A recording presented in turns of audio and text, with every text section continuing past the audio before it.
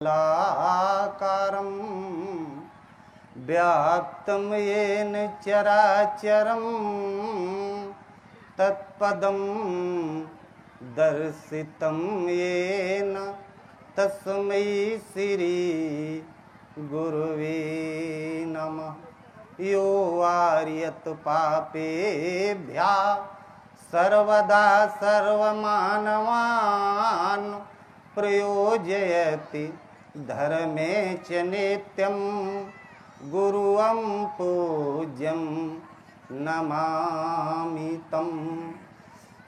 बंधौ गुरुपदकंज कृपा सिंधु नररूप हरि महामोहतम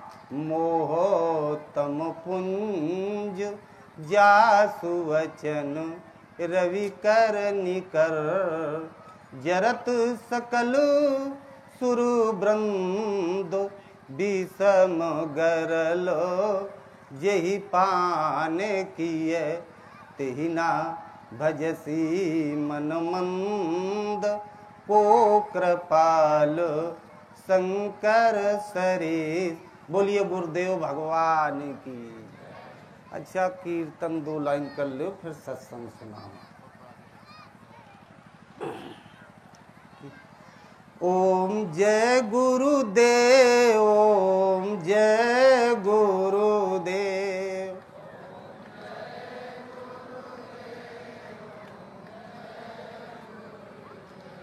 ओम असरण शरण शरण प्रभु ले ओम।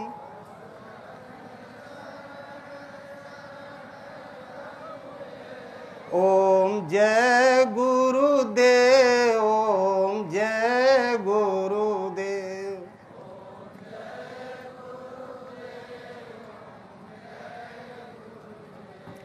राखई गुरु जो कोप विधाता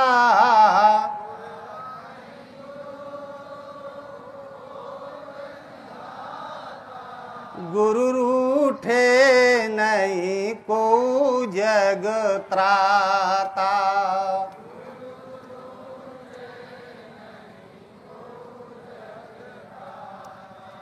गुरु के बचन प्रतीत न जाई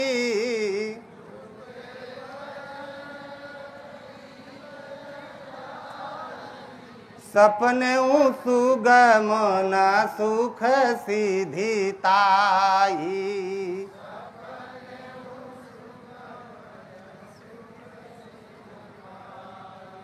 जे गुरुपद अम्बुज अनुरागी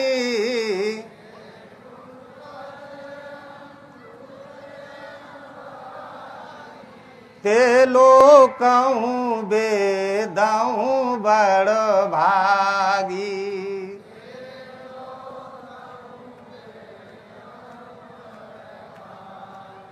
जे गुरु चरण रेणु सिर धरई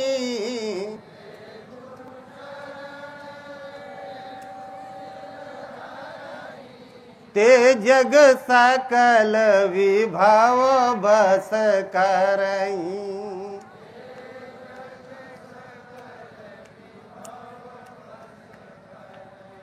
जय गुरुदेव, जय गुरुदेव।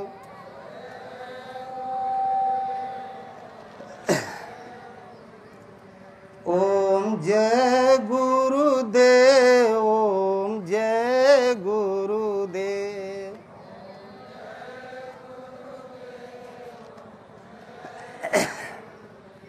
ओम श्री सद्गुरुदेव भगवान की।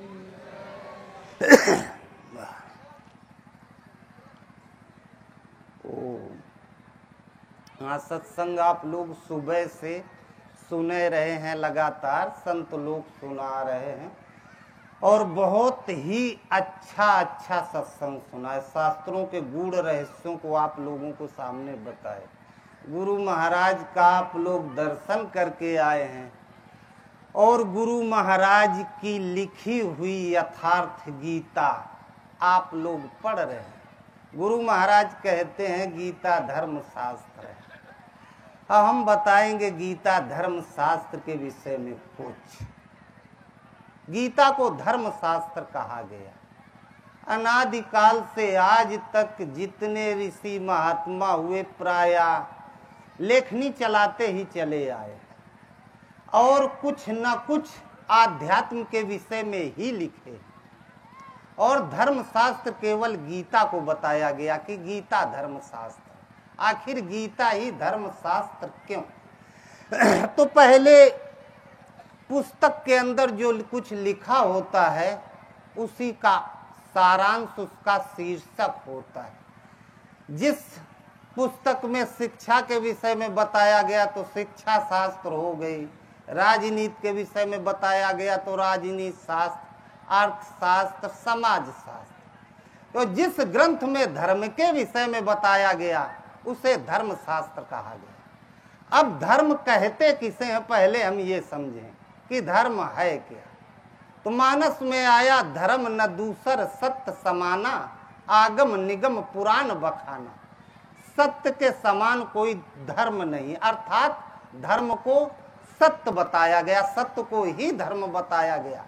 नहीं, सत्यात परो धर्मा, सत्य के समान कोई दूसरा धर्म नहीं, अर्थात सत्य को ही धर्म बताया गया। तो अब सत्य है क्या?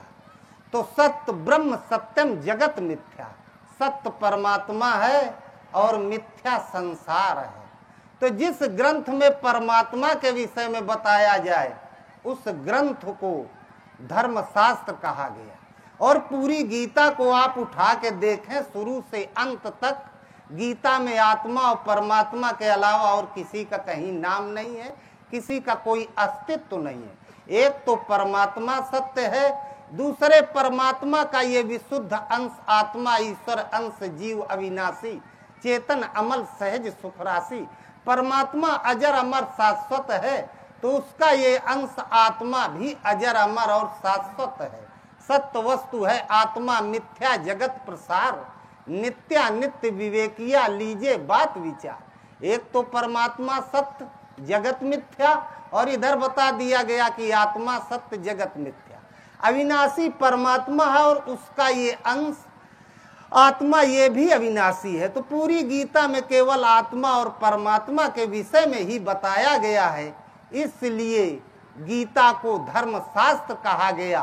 और अब परमात्मा अर्थात ईश्वर, भगवान का भजन सब करते हैं, कोई ना कोई विधि से करते हैं, अपने अपने तरीकों से ऋषियों ने बताया। लेकिन गीता में जितना अच्छा स्पष्ट वर्णन इसका आया है और कहीं नहीं आया है। तो जब ये आत्मा ईश्वर का अंश है तो ईश्वर कहते किसे हैं?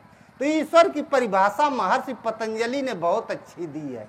क्लेश कर्म विपाकाशय रैर परामृष्टा पुरुष विशेष ईश्वरा।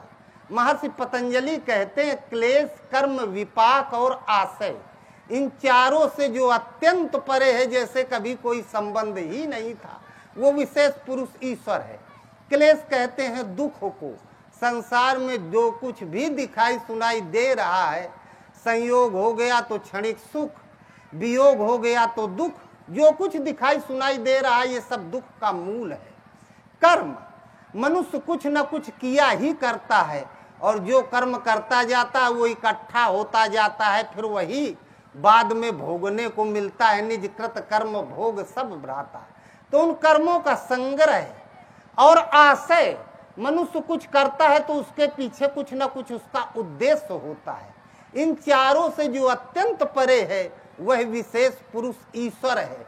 तो इन चारों से अत्यंत परे भजन करते करते जिसने इन चारों का अंत कर दिया और इसके ऊपर की अवस्था में स्थित हो गया उसे सद्गुरु कहते हैं। उस अवस्था वाला सद्गुरु होता है। तो सद्गुरु और ईश्वर ये पर्यायवाची शब्द हैं। पतंजलि ने इसे ईश्वर कहा, भगवान कृष्ण ने योगेश्वर कहा, कबीर साहब के समय में सद्गुरु कहा गया। तो सद्गुरु, ईश्वर, योगेश्वर ये पर्यायवाची शब्द हैं। अब ईश्वर अर्थात सद्गुरु जिनका हम भजन करते हैं, जिसकी विधि गीता में बताई गई, तो उनका निवास कहाँ? गीता में बड़ा स्पष्ट भगवान कृष्ण बताए ईश्वरा सर्वभूता नाम हृदय से अर्जुन तिष्ठति। सदगुरु का स्वामी जी का आप लोग दर्शन करके आ रहे हैं, वहां सामने बैठे हैं, लेकिन भगवान कृष्ण कहते हैं नहीं, ईश्वरा सर्वभूता नाम हृदय से अर्जुन तिष्ठति। अर्जुन ईश्वर अर्थात सदगुरु का निवास स्थान हृदय में। जब हृदय में है तो भ्राम्यन सर्वभूतानि यंत्रारूढ़ानि माया, माया रूपी यंत्र में आरूढ़ होके लोग भटक रहे हैं। तो जब ईश्वर अर्थात सदगुरु का निवास स्थान हृदय में है तो हम हृदय में देखें, लेकिन जब आंख बंद करके ध्यान में बैठे गुरु महाराज को हृदय में देखते हैं तो हृदय में गुरु महाराज तो दिखाई नहीं देते। तब आगे फिर एक उपाय और बताया, कहा मन मना भव मद भक्तो मद्या जी माम नमस्कुरु मामे वैसे सत्यम ते प्रति जानो प्रियोस्मि। अर्जुन, यदि तू जब परम पूज्य परमहंस महाराज के पास आप लोग भगत लोग जब जाएं, चलने लगे, प्रार्थना करें तो महाराज कहें जाओ चाहे जहां रहो, सुबह शाम हमारा स्मरण करते रहना, मन से हमारे पास आते जाते रहना। जिस दिन जैसे शीशे में अपनी तस्वीर दिखाई देती है, हमारे स्वरूप को अपने हृदय में पकड़ लोगे, जिसका नाम भजन है वो मैं तुम्हें प्रदान कर दूंगा। तो पहले ईश्वरा सर्वभूता नाम हृदय से अर्जुन तिष्ठति। ईश्वर अर्थात सदगुरु का निवास स्थान हृदय, हम हृदय में देखें, और जब हृदय में नहीं दिखाई देते हैं तो जब यहाँ से चले जाएं, गुरु महाराज जैसे बैठे थे, मन मना भव मद भक्तो, जिस स्थिति में देख के गए हैं उसी दृश्य का बार बार स्मरण किया जाए और मन से आते जाते रहें। लेकिन अगर स्मरण करने भी घर में बैठे, याद करें ऐसे महाराज बैठे थे, ऐसे वस्त्र थे, ऐसे ताक रहे थे, देख रहे थे, ये भी दृश्य अधिक देर टिकेगा नहीं, अधिक देर नहीं रुकेगा। तब फिर आखिर क्या किया जाए? फिर उसके लिए तो आगे भगवान कृष्ण और बताते हैं कि अर्जुन, सर्वधर्मान परित्यज्य माम एकम शरणम ब्रज अहम त्वाम सर्व पापेभ्यो मोक्षयिष्यामि मा शुचा। अर्जुन, धर्म कर्म के नाम पे सुबह से शाम तक, जन्म से आज तक जो कुछ तू करता चला आया है, उन सारे धर्मों की चिंता छोड़ दे।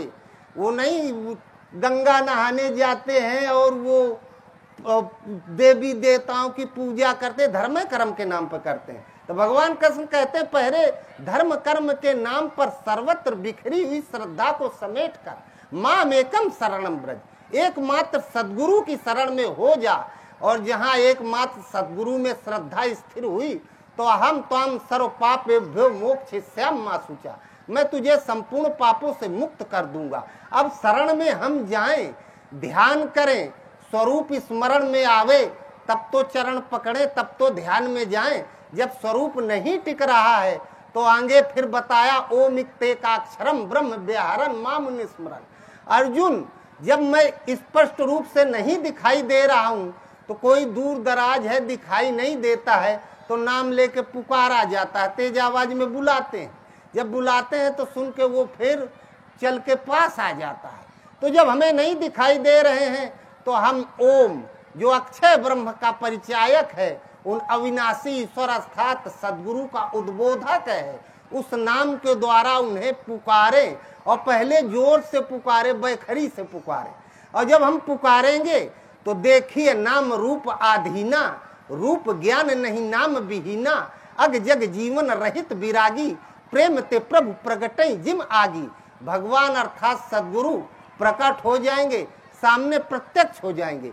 ये ईश्वर धर्म कहा गया परमात्मा को, धार्यति सा धर्म, जो सबको धारण किए है। परमात्मा कण कण में व्याप्त है। ईश्वास्मिदं सर्वम यत् किंचन जगत्याम जगत, पूरे कण कण में ईश्वर परमात्मा व्याप्त है। तो परमात्मा सबको धारण किए हुए है, इसलिए परम धर्म है परमात्मा, उन्हें ईश्वर सदगुरु इत्यादि नामों से पुकारा गया। तो उन परमात्मा अर्थात ईश्वर सदगुरु के विषय में जिस ग्रंथ में बताया गया वही ग्रंथ धर्म शास्त्र है, उसी में ही धर्म के विषय में बताया गया। और जितने ग्रंथ हैं ये सब ऋषियों के लिखे हुए। गीता स्वयं भगवान श्री कृष्ण के श्री मुख से प्रसारित है। द्वापर युग के सर्वोपरि लेखक थे वेदव्यास, और लेखकों की एक सबसे बड़ी विशेषता होती है, चाहे 2 कौड़ी का लेखक हो, कभी किसी दूसरे लेखक की लेखनी की प्रशंसा नहीं कर सकता। 4 वेद 6 शास्त्र 18 पुराणों के संकलन करता वेद व्यास के सामने जब गीता पहुंची तो गीता की प्रशंसा की। गीता सुगीता कर्तव्या किम अन्य शास्त्र विस्तरे या स्वयं पद्मनाभस मुख पद्माद्विनिसृत। कहा गीता, गीत कहते हैं गाना को जो गाते हो। हिंदी में गीत, पहले संस्कृत थी तो संस्कृत में श्लोक, वो भी गीत है। तो कहा जितने गीत हैं ये सब गाए गए हैं, संसार के विषय में गाए गए हैं, देवी देवताओं के विषय में गाए गए हैं, भगवान के विषय में केवल शुभ गीत सुगीता केवल एक है जो पद्मनाभ कमलनाभ भगवान श्री कृष्ण के श्री मुख से प्रसारित है। तो गीता को सर्वोपरि वेद व्यास ने बताया। इसे धर्मशास्त्र की उपाधि व्यास जी ने दी। व्यास जी से बड़ा आज तक कोई कवि नहीं हुआ। अब कालांतर में हम लोग भ्रम के शिकार हो गए। गीता पढ़ने पर प्रतिबंध लगा दिया गया। गीता सन्यासियों की है।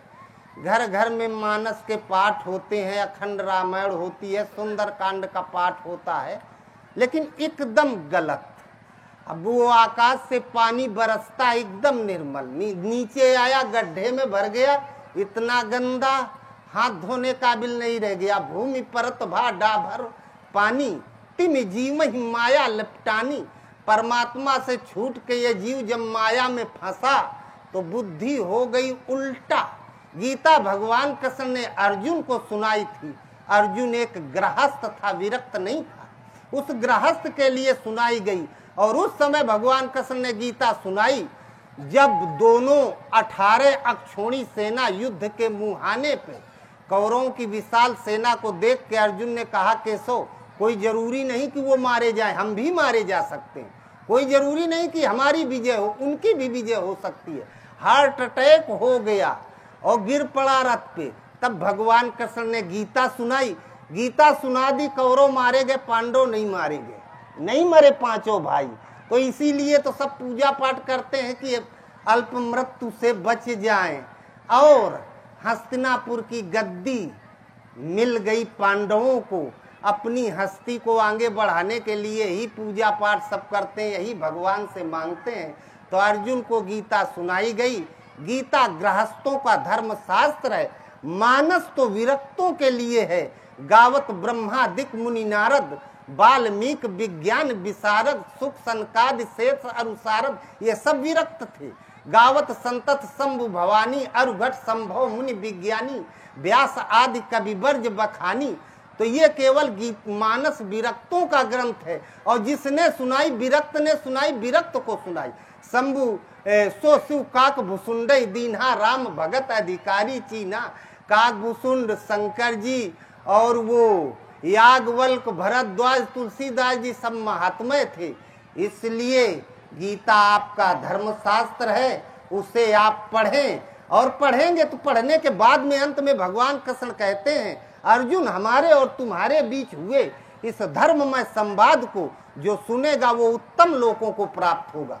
तो धर्ममय उत्तम लोक कहते हैं शरीर को।